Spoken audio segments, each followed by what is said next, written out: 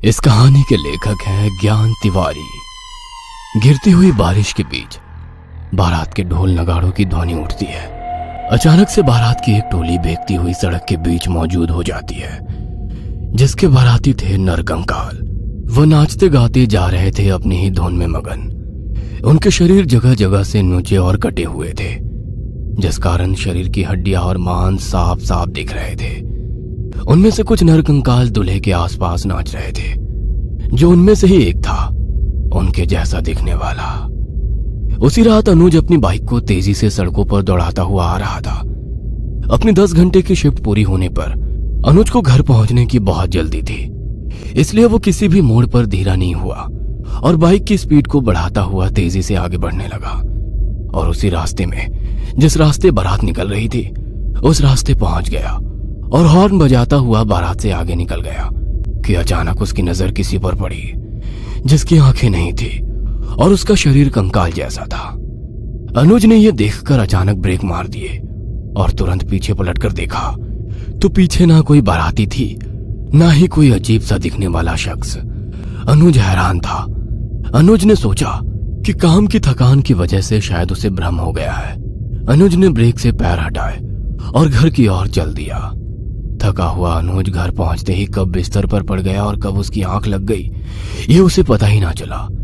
जैसे ही नींद अनुज को अपनी आगोश में ले गई, उसका दिमाग दिन भर की हुई घटनाओं को एक साथ जोड़ता हुआ उसे एक बुने हुए सपने में खींच ले गया। ऑफिस में एक तरफ खड़ा अनुज खुद को टाइपिंग करते हुए देख रहा है। फिर उसकी नजर वही ऑफिस की घड़ी पर जाती है। वो देखता है कि कैसे घड़ी के कांटे तेजी से आगे बढ़ रहे हैं। इससे पहले अनुज कुछ समझ पाता, तब तक शाम घिर चुकी होती है। अनुज अब बाइक चला रहा है। बारात को पार करता हुआ वो आगे बढ़ा और रुक गया। उसने किसी ऐसे आदमी को देखा जिसकी आंखें नहीं थी और शरीर नरकंकाल जैसा था। उसकी आंखों में गड्ढा देखकर अनुज को याद आया कि उसके बचपन में एक रिक्शे वाला उसे स्कूल से घर छोड़ने आया करता था। उसकी बाईं आंख में भी वैसा ही गड्ढा था। अनुज को उसकी मां ने बताया था कि उसकी एक आंख गिद्ध नोच ले गया था, पर एक आंख ना होने की वजह से उसकी शक्ल अनुज को काफी डरावनी दिखती थी। अनुज वापस उस नरकंकाल के जैसे दिखने वाले के सामने खड़ा हुआ है। वहां उन दोनों के अलावा कोई तीसरा नहीं है। उसके बाद अनुज को नींद नहीं आई। घंटे 2 घंटे तो उसने उसी सपने की सोच में बिता दिए। उसके दिमाग में एक ही बात चल रही थी कि कहीं उसका देखा हुआ सपना सच तो नहीं था। कमरे में घड़ी की टिक टिक की आवाज और अनुज का अंतर्मन द्वंद्व अब मेल खाने लगे थे। अनुज के दिमाग में उस बारात वाले आदमी की शक्ल बैठ गई थी। उसने अपना ड्राइंग बोर्ड उठाया और पेंसिल लेकर उसी शक्ल को स्केच करने लगा। अनुज के दिमाग में जो आकृति थी, वैसे ही अनुज ने उसे ड्राइंग बोर्ड पर उतार दिया था। उसकी आंखें नहीं थी, जुबान खोखली थी, शरीर कटा फटा नरकंकाल जैसा था। अनुज ने उस पेंटिंग को लाल रंग से रंगा कि तभी बोर्ड के किनारे से उसकी उंगली लग गई और नाखून से खून बहकर पेंटिंग में उतरकर मिल गया। अनुज ने अपने ऑफिस से 4 दिन की छुट्टी ले ली थी और आने वाले नजदीक के दिनों में अनुज का बर्थडे भी आने को था। और 4 दिन बाद अनुज के घर में उसके बर्थडे वाले दिन खुशी का माहौल था। अनुज के ऑफिस फ्रेंड्स और कुछ आस पड़ोस के लोग वहां शामिल थे। अनुज बधाई लेते हुए केक की तरफ बढ़ा और जैसे ही अनुज ने केक काटा, पार्टी में मौजूद सभी लोगों के हैप्पी बर्थडे विश से पूरा हॉल गूंज उठा। अनुज ने एक पीस बर्थडे नाइफ से अलग किया कि तभी एक बहुत ही कमजोर जबड़े वाला मुंह आगे आया और अनुज ने केक उसके मुंह में रख दिया।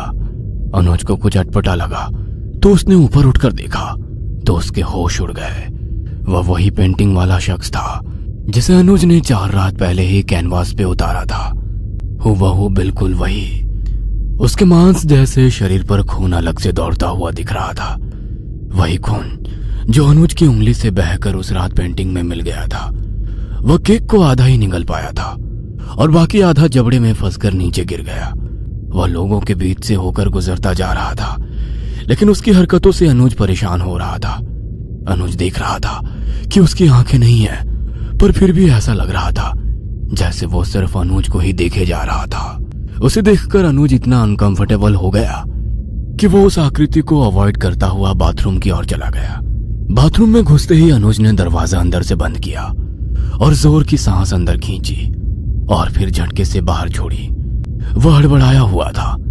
अनुज वॉश बेसिन की तरफ बढ़ा और पानी से अपना मुंह धोया। जैसे ही अनुज मुंह धोकर उठा तो डर के मारे उसके कदम थरथराकर पीछे हटने लगे। उसने देखा कि बाथरूम की दीवारों पर काली जटाएं फैल रही थी और धीरे धीरे हर तरफ से बढ़ रही थी।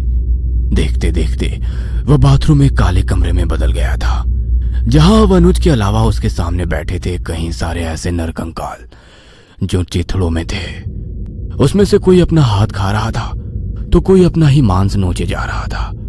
काली फर्श पर खून तैरने लगा था और फिर धीरे धीरे वो काला कमरा खून से भर गया। अनुज में भी अब बदलाव शुरू हो गए थे। आंखों की पुतलियां छोटी होने लगी थी, हाथ पांव में सिकुड़न समा गई। रात का बहाव चेहरे से उतरकर नसों में आने लगा था। अनुज ने उनसे बचने के लिए बाहर की ओर भागना चाहा, पर उसे उस काले कमरे का कोई अंत ही नहीं दिख रहा था। लबालब खून से भरे कमरे में अनुज भागता जा रहा था और पीछे से उसे भयानक हंसी की आवाजें सुनाई दे रही थी। अनुज के मन में डर समाने लगा था और वो भागते भागते गिर गया और डूब गया उसी बहते हुए खून में। और फिर एकाएक उसने अपने आप को उन्हीं भयभीत नरकंकालों से घिरा हुआ पाया जो लगातार चिल्ला रहे थे, तुम्हारे जीवन की समाप्ति हुई अनुज, आओ हमारे साथ, हमारा संसार अब से तुम्हारा भी संसार है। आओ अनुज, हमारे साथ चलो इस शरीर को छोड़कर। एक साथ गूंजती वो आवाजें इतनी भयानक थी कि अनुज के कान उन आवाजों को बर्दाश्त ना कर सके और वो वहीं बेहोश हो गया। आधी रात का वक्त, जोर की बारिश से कमरे की खिड़की खुली और तेज हवा का बहाव बारिश की बूंदों के साथ अंदर आया। अनुज के चेहरे पे हल्की नमी हुई तो गहरी नींद से उसकी आंख खुली। वह कमरे में अकेला था। सन्नाटे के बीच उसे अपने अंदर एक अजीब सी हलचल महसूस हो रही थी। उसके कानों में दूर कहीं बज रहे ढोल नगाड़ों की आवाजें आ रही थी। अनुज रात भर उन आवाजों को महसूस करता हुआ किसी तरह से सो गया, पर उसे ऐसा लग रहा था जैसे हर पल उस पे कोई नजर रख रहा हो। किसी तरह हिम्मत बांधे अनुज अपने आप को सिकोड़कर सो गया। दूसरे कमरे में रखी वो पेंटिंग जिसमें अनुज का खून उतर आया था, उस पेंटिंग के सामने वही नरकंकाल खड़ा है जो अनुज को बारात में मिला था और उससे अनुज का पहला सामना हुआ था। उस नरकंकाल ने अपना एक हाथ उठाया जो पूरी तरह से फटा हुआ था और उसे पेंटिंग के ऊपर रख दिया। नसों में दौड़ता हुआ खून उस पेंटिंग में जा मिला। जिस वक्त अनुज सो रहा था उसी वक्त दरवाजे के नीचे से वो तस्वीर वाला शख्स पानी का रूप लेकर आया और सोते हुए अनुज के अंदर प्रवेश कर गया। अनुज जब उठा तो बहुत सुबह का वक्त था। उसके बाल बिखरे हुए थे और शरीर में रात वाली हलचल। उसका मन अपने ही घर में नहीं लग रहा था। वो अपने घर से बाहर निकला और उसने भागना शुरू किया। वो बहुत जोर से भागा, उसके कदम रुक ही नहीं रहे थे। वो सड़कों पर दौड़ रही गाड़ियों की गति से भी तेज भाग रहा था। उसे देखने वाले भी हैरान थे। वो भागता रहा बिना थके बिना रुके और भागते भागते वो पहुंच गया एक सुनसान रास्ते पर जहां कोई नहीं था सिवाय उन ढोल नगाड़ों की आवाजों के अलावा। अब तक अनुज पूरी तरह बदल चुका था। उसका शरीर ढीला पड़ चुका था, शरीर से हड्डी झलक कर दिखने लगी थी, आंखें अंदर की तरफ घुस गई थी और पैर भी सिकुड़ चुके थे। वह बदल चुका था। ढोल नगाड़ों की आवाजें तेज हो गई थी। सामने से चली आ रही थी नरकंकालों की वही बारात जो अनुज के पास आकर रुकी, और वही नरकंकाल जो अनुज को सबसे पहली बार मिला था बारात से निकलकर उसके सामने आ गया और इशारे से बारात में शामिल होने का निमंत्रण दिया। अनुज के होठों पर मुस्कान उभरती है और वो भी नरकंकालों की टोली में शामिल हो जाता है। नरकंकाल बना हुआ अनुज अब अपने इंसानी जीवन की समाप्ति पर आ चुका था और दूसरी दुनिया का आरंभ हो गया था।